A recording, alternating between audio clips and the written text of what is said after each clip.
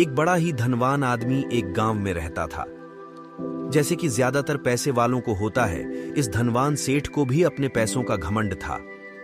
वह जिस गांव में रहता था वहां पर ज्यादातर लोग किसान थे।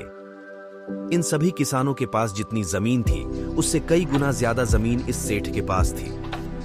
कई गरीब किसान तो इसके लिए इसके खेतों में काम करते थे। इसी गांव में मोहन नाम का एक बड़ा ही मेहनती और सच्चा किसान रहा करता था। मोहन का परिवार थोड़ा बड़ा था। उसके परिवार में उसके बूढ़े माँ बाप, पत्नी और 3 बच्चे थे जो अभी काफी छोटे थे। मोहन के पास ज्यादा जमीन नहीं थी, लेकिन जितनी भी थी उसमें वह बड़ी मेहनत करता अपने परिवार का पेट पालने लायक अनाज उगा लेता था। बाकी के किसान भी यह देखकर हैरान रह जाते कि कोई कैसे इतनी सी जमीन में इतना ज्यादा फसल उगा सकता है। एक वर्ष उस गांव में काफी ज्यादा बारिश हुई, जिसके चलते कई किसानों की फसलें बर्बाद हो गई, जिनमें से एक मोहन भी था। अब मोहन धर्म संकट में पड़ गया, क्योंकि उसके परिवार में उसके अलावा कोई और कमाने वाला था नहीं और अपने परिवार को भूखा मरते हुए वो देख नहीं सकता था। वह जानता था कि इस गांव में अगर कोई उसकी मदद कर सकता है तो वह वही घमंडी सेठ है जिसने गांव के कई अन्य गरीब किसानों को या तो कर्जा दिया है या तो अपने यहाँ काम पर रखा हुआ है। हाथ पर हाथ धरे बैठे रहने के बजाय उसने इस सेठ के पास जाने का फैसला किया और एक दिन उनके पास पहुंच गया। सेठ के पास पहुंचकर मोहन बोला, सेठ जी, आपकी बहुत मेहरबानी होगी अगर आप मुझे थोड़ा सा कर्जा दे दें, जिससे मैं अपने खेतों में फिर से कोई फसल उगा सकूं, या फिर आप मुझे अपने यहाँ नौकरी दे दें ताकि मेरे परिवार को 2 वक्त का खाना मिल सके। घमंडी सेठ को उसकी इन बातों से कोई मतलब था नहीं, लेकिन गांव के सारे लोगों की तरह वह भी यह जानता था कि मोहन कितना मेहनती है और वह जिस भी खेत में काम करेगा वहां वह 2 गुनी फसल उगा सकता है। सेठ ने सोचा, अगर मैं इसे पैसे उधार देता हूं तो शायद यह इस स्थिति में नहीं है कि मुझे वापस लौटा सके, लेकिन अगर मैं इसे अपने खेतों में काम करवाता हूं तो मुझे जरूर दुगना फायदा होगा। सेठ मोहन से बोला, देख भाई, पैसा तो मैं तुझे दूंगा नहीं और मेरे पास अभी खेतों में काम करने के लिए कई किसान पहले से मौजूद हैं, लेकिन तुझ पर तरस खाकर मैं तुझे अपने खेतों में नौकरी देता हूं, पर मैं तुझे इसके लिए ज्यादा पैसे नहीं दूंगा। बाकी किसानों को मैं 300 देता हूं, मैं तुझे 200 ही दे पाऊंगा, मरता क्या न करता। मोहन ने सेठ की शर्त मान ली और उसी दिन से सेठ के खेतों में काम करना शुरू कर दिया। 2 महीनों तक नियमित वो सेठ के खेतों में जाकर कड़ी मेहनत करता और देखते ही देखते 4 महीने का काम उसने अपनी मेहनत से 2 महीनों में ही खत्म कर दिया। सेठ उसके काम से काफी खुश था, लेकिन वह कभी उसको यह जताता नहीं था। जब सेठ ने देखा कि उसका खेतों का काम अब खत्म हो चुका है, अगर वह मोहन को काम से निकाल देता है तो उसके 2 महीनों के पैसे बच जाएंगे, तब सेठ ने मोहन को काम से निकालने का फैसला किया। एक बार सेठ को यह विचार भी आया कि इतना मेहनती आदमी शायद उसे दोबारा ना मिले, लेकिन फिर उसने सोचा कि जब अगले साल काम आएगा तब उसे फिर से नौकरी पर रख लेगा। आखिर इस गांव में उसके अलावा है ही कौन जिसके आगे ये लोग अपने हाथ फैलाएंगे। एक दिन सेठ ने मोहन को अपने पास बुलाकर उसको उस दिन का पैसा दिया और साथ में यह भी कहा कि कल से तुमको काम पर आने की जरूरत नहीं है। अब मेरे पास तुम्हारे लिए कोई काम नहीं बचा है। जब मेरे पास काम आएगा तो मैं तुम्हें बुला लूंगा। यह सुनकर मोहन का दिल बैठ गया। पिछले 2 महीनों से कम ही सही उसके बच्चों और परिवार के पेट में अन्न का दाना जा तो रहा था। अब वह क्या करेगा? यही सोचकर उसकी आंखों से आंसू निकल आए। मोहन ने सेठ के पैर पकड़ लिए और गिड़गिड़ाने लगा, सेठ जी, मुझे इस काम की बहुत जरूरत है, मुझे मत निकालिए।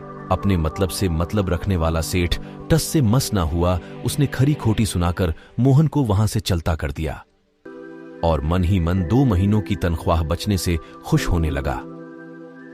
अगले दिन जब सेठ सवेरे उठा और अपने आंगन में आया तो उसने देखा कि मोहन उसके आंगन में बैठा है। सेठ ने उसको पास बुलाकर पूछा कि क्या हुआ, तुम क्यों यहां पर बैठे हो?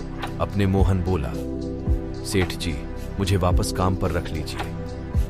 आप जानते ही हैं मेरी आर्थिक परिस्थिति कैसी है, थोड़ी दया कीजिए।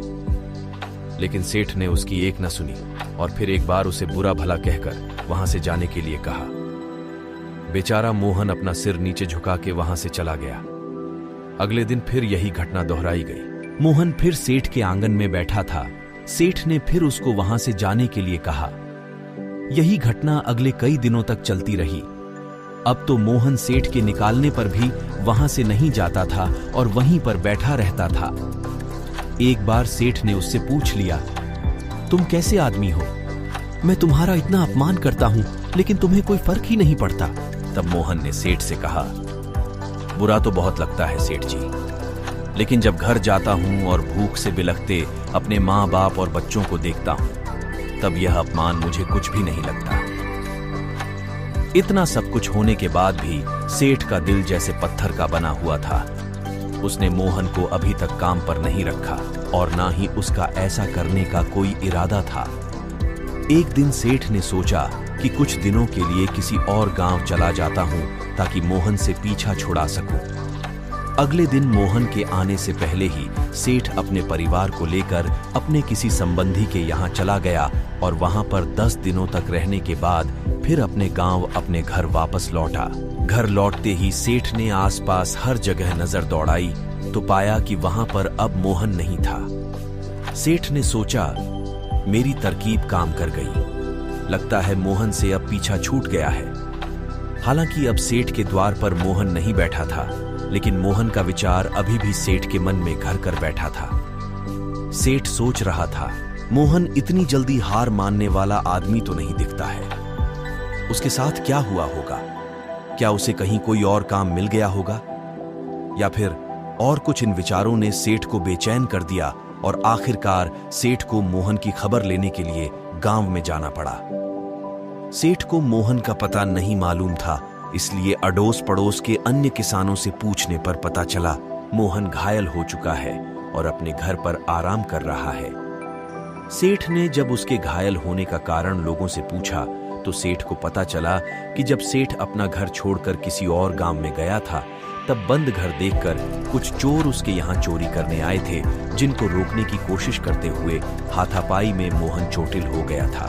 यह सब जानने के बाद सेठ का पत्थर का दिल भी अब मोम की तरह पिघल गया। सेठ को अपने किए पर पछतावा होने लगा।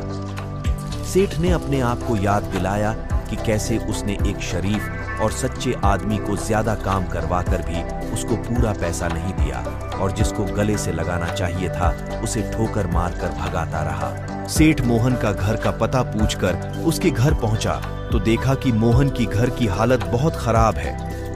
उसका परिवार भूख से बेहाल है और वह खुद अपने हाथ पैर पर चोट के साथ एक खाट में पड़ा हुआ है। यह दृश्य देखकर सेठ की आंखों से आंसू बह निकले। सेठ ने मोहन के पास जाकर उससे सच्चे दिल से माफी मांगी। यह उसको उसकी मेहनत के पैसे दिए, उसका इलाज करवाया और उसको हमेशा के लिए अपने यहाँ काम पर रख लिया। दोस्तों, इस खूबसूरत कहानी से हमें कई पाठ सीखने के लिए मिलते हैं।